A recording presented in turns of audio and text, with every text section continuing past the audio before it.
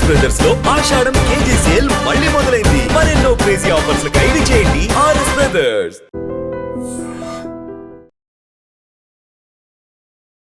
Welcome to IG news. This is Pavan. Rangareddy జిల్లాలో కొత్తూరు మండలంలోని పెంజర్లలో దారుణం చోటు చేసుకుంది. తోడబుట్టిన తమ్ముడి అక్కను అతి కిరాతకంగా చంపడం జరిగింది. అండగా ఉండాల్సిన తమ్ముడి అర్ధాయుషు కారణమయ్యాడు. అసలు మనుషులు మృగాల్లా ప్రవర్తిస్తున్నాడు. రక్తం పంచుకొని పుట్టిన వాళ్ళే ఈ విధంగా తయారవుతున్నారు. గత కొద్ది కాలంగా మనం చూస్తూనే ఉన్నాము. ఆ రక్త సంబంధికులే వాళ్ళ రిలేటివ్స్ని, వాళ్ళ బంధువుల్ని, వాళ్ళ కన్న తల్లిదండ్రుల్ని వీళ్ళని చంపడం జరుగుతుంది. అసలు ఎందుకు ఈ విధంగా తయారవుతున్నారో అర్థం కావట్లేదు. కానీ ఈ ఘటన విషయంలోకి వస్తే పెంజర్లలో జరిగింది. డిగ్రీ చదువుతున్న రుచితను వాళ్ళ తమ్ముడే అతి కిరాతకంగా ఫోన్ మాట్లాడుతుంటే వెనక నుంచి వైరు బిగించి ఆ ఉరి తీసి అదేవిధంగా కత్తితో పొడిచి చంపినాడు. అన్ని రోజులు ఇద్దరు కలిసే పెరిగినారు. కనీసం ఆ కృతజ్ఞత లేదు, ఆ బంధం లేదు. ఈ మధ్యకాలంలో ఫోన్ల వల్ల ఎక్కువగా అసలు బంధాలు బంధుత్వాలకి విలువలు లేకుండా పోతుంది. అసలు ఏం జరిగిందంటే, రుచిత అనే ఆమె డిగ్రీ చదువుతుంది. సో ఆ వ్యక్తి వేరే అబ్బాయితో ప్రేమలో ఉంది, ఆ ప్రేమ వ్యవహారం నడిపిస్తుంది అని చెప్పేసి ఇంట్లో కూడా తెలిసింది. ఇంట్లో వాళ్ళు భయం చెప్తున్నారు, కొంచెం భయపెట్టి వద్దు ఇలాంటిది మనం చేయడం అని చెప్పేసి చెప్తూనే ఉన్నారు. మరి ఏం జరిగిందో తెలియదు. ఆ రోజు పేరెంట్స్ లేరు.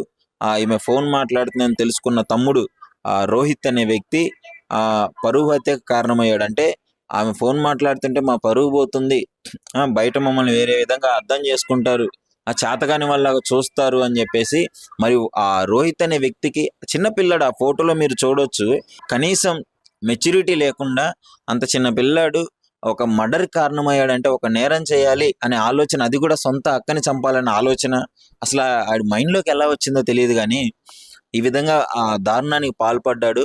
అక్కని గొంతు బిగించి, వైరు గొంతు బిగించి కత్తితో పొడిచి చంపినాడు. అసలు అంటే కన్న తల్లిదండ్రులు లేని సమయంలో ఈ విధంగా అట్లీస్ట్ వాళ్ళు ఉంటే కాపాడే ప్రయత్నం చేసేవాళ్ళేమో. ఇది నిజంగా చెప్తున్నాను, పెంచే విధానంలో కూడా చాలా తేడా ఉంటుంది. ఈ చిన్నప్పుడు మొత్తం వాళ్ళు ఇష్టం వచ్చినట్టు వదిలేసి ఎవరు ఫ్రెండ్స్తో తిరుగుతున్నాడు ఏం తెలియకుండా, ఇప్పుడు ఏ ఫ్రెండ్ సర్కిల్ లేకుండా ఈ విధంగా చేస్తాడా? ఇలాంటి ఆలోచన వస్తుందా? తిరిగి ఎవరితో తిరుగుతున్నాడు, ఏం చేస్తున్నాడు అనేది కూడా పేరెంట్స్ పట్టించుకోవాలి. ఈ విధంగా ఇంత దారుణంగా తయారయ్యాడంటే, ఇప్పుడు అక్కని చంపినవాడు రేపు పేరెంట్స్ని చంపడు అన్న గ్యారంటీ ఏంటి? ఈ విధంగా తయారవుతున్నారు. అసలు ఒక్కరికి కూడా బంధాలు బంధుత్వాలు అనే విలువలు లేవు. ఫోన్లు వచ్చిన కాడ నుంచి కాలేజ్ జరుగుతున్న తను ఫోనే, ఈ చిన్న అబ్బాయికి ఫోనే, చిన్న పిల్లగాళ్ళకు కూడా ఫోన్లు ఇచ్చి కనీసం ఫ్యామిలీ మెంబర్స్తో టైం స్పెండ్ చేయక ఇలాంటి దారుణాలన్నీ చోటు చేసుకుంటున్నాయి. ఎందుకంటే ఆ ఫ్యామిలీ మెంబర్స్తో కొంత సమయాన్ని గడిపినప్పుడు ఆ బాండింగ్ అనేది పెరుగుతుంది, అర్థం చేసుకోగలరు ఒకరినొకళ్ళు. తమ్ముడు అనేవాడు ఎలా ఉండాలి, అక్కకి సపోర్ట్గా ఉండాలి. అక్క ఇది మనం తప్పు, ఇలా చేయడం తప్పు, మన తల్లిదండ్రులకి ఆ మాట వస్తుంది అని చెప్పేసి నచ్చజెప్పుకునే ప్రయత్నం చేయాలి. కానీ ఇప్పుడు జనరల్గా ఒక ఆడపిల్లకి, చిన్న పిల్లాడైనా సరే, ఒక తమ్ముడిని కానీ ఎవరైనా ఒక అబ్బాయిని తోడిచ్చి పంపిస్తారు, ఎందుకంటే అండగా ఉంటారు, సపోర్ట్గా ఉంటాడు అని చెప్పేసి. కానీ ఇలాంటి దారుణాలకు ఒడిగడుతుంటే బయట సమాజానికి అసలు ఏం మెసేజ్ ఇద్దామనో అర్థం కావట్లేదు. కానీ సో దీన్ని బట్టి అక్క చనిపోయింది, అక్కడ పడేసి వెళ్ళిపోయాడు. తర్వాత పేరెంట్స్ వచ్చే టైంకి పాపం ఆమె కింద పడి చనిపోయింది. అసలు కదలట్లేదు, ఏం లేదు. వెళ్ళి వెంటనే పోలీసులకి ఇన్ఫామ్ చేశారు, హాస్పిటల్కి తీసుకెళ్లారు పోస్ట్ మార్టం విజువల్స్ కూడా మీరు చూపడచ్చు. పాపం అక్కడ ఉన్న కాలనీ సభ్యులంతా వచ్చి ఎంతో బాధను వ్యక్తం చేస్తున్నారు. వాళ్ళ రిలేటివ్స్, వాళ్ళ పేరెంట్స్ అయితే ఎలా వేడుస్తున్నారు. వాళ్ళ బాధకి కనీసం మనం ఎంత బాధపడుతున్నారంటే మనం అది మాటల్లో చెప్పలేము. చేతికొచ్చిన కూతురు డిగ్రీ చదువుతుంది, వాళ్ళ తండ్రి ఎన్నో కలలుగానే ఉంటారు పెళ్లి చేయాలి అని చెప్పేసి. ఇవన్నీ వాళ్ళ ఆశల మీద బుగ్గిపాలైపోయింది. అది కూడా కన్న కొడుకే అక్కను చంపడం. ఇప్పుడు వాళ్ళ బాధ ఏ విధంగా చెప్పుకుంటారు చెప్పండి? ఎవరికి న్యాయం చేస్తారు చెప్పండి? ఇలాంటి బాధని తల్లిదండ్రులకి ఇచ్చిన అసలు వీళ్ళని మనిషి అనాలా లేకపోతే ఇంకేమనాలా అర్థం కావట్లేదు. కానీ తల్లిదండ్రులకి బతికుండగానే నరకం చూపిస్తున్నారు ఈ మధ్య కాలంలో ఉన్న కొంతమంది యువత వాళ్ళ వికృత చేష్టల వల్ల. సో దీన్ని బట్టి పోలీసులకి కంప్లైంట్ ఇచ్చారు. ఇచ్చిన తర్వాత వాళ్ళు దర్యాప్తు చేస్తున్నారు.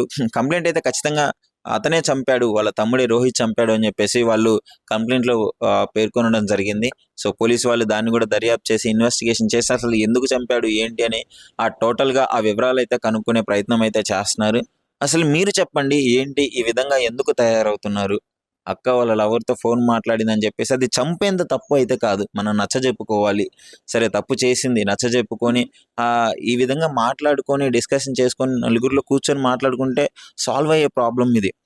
కానీ ఈ అతి కిరాతకంగా ఈ మధ్య అలా చంపాలన్న ఆలోచన రాకూడదు. కానీ ఈ విధంగా ఈ మధ్య కాలంలో చాలా మర్డర్ కేసులు కూడా చూస్తున్నాం. ఇలాంటివి చూసే ఈ విధంగా ప్రోత్సహిస్తున్నట్టు అవుతుంది. సో వీటిని అరికట్టాలి. ముఖ్యంగా ఆ బంధాలకి విలువలు తీసుకోవాలి. అసలు మీరేమనుకుంటున్నారు? ఇలాంటి సంఘటన పైన ఐడ్రీమ్‌తో కామెంట్ రూపంలో షేర్ చేసుకోండి మీ అభిప్రాయాన్ని.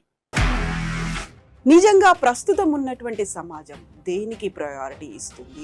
ఆర్థిక సంబంధాల చుట్టూ మాత్రమే తిరుగుతోంది. మళ్ళీ ఎన్నికలంగానే చాలా విరక్తి కలుగుతాం. మంచి అనిపిస్తుంది కదా, లేడీస్ కూడా ఛాలెంజింగ్ జాబ్స్ చేసినప్పుడు చాలా బాగుంటది. ట్రాఫిక్ అసిస్టెంట్స్ గా నియమించిన ట్రాన్స్జెండర్స్ అందరితో సాల్యూట్ చేయించుకుంటున్నారు. ఫుడ్ డెలివరీ ఇవ్వటానికి వెళ్ళినటువంటి డెలివరీ బాయ్ అనిల్ పై కళ్ళ ముందు పెళ్ళండి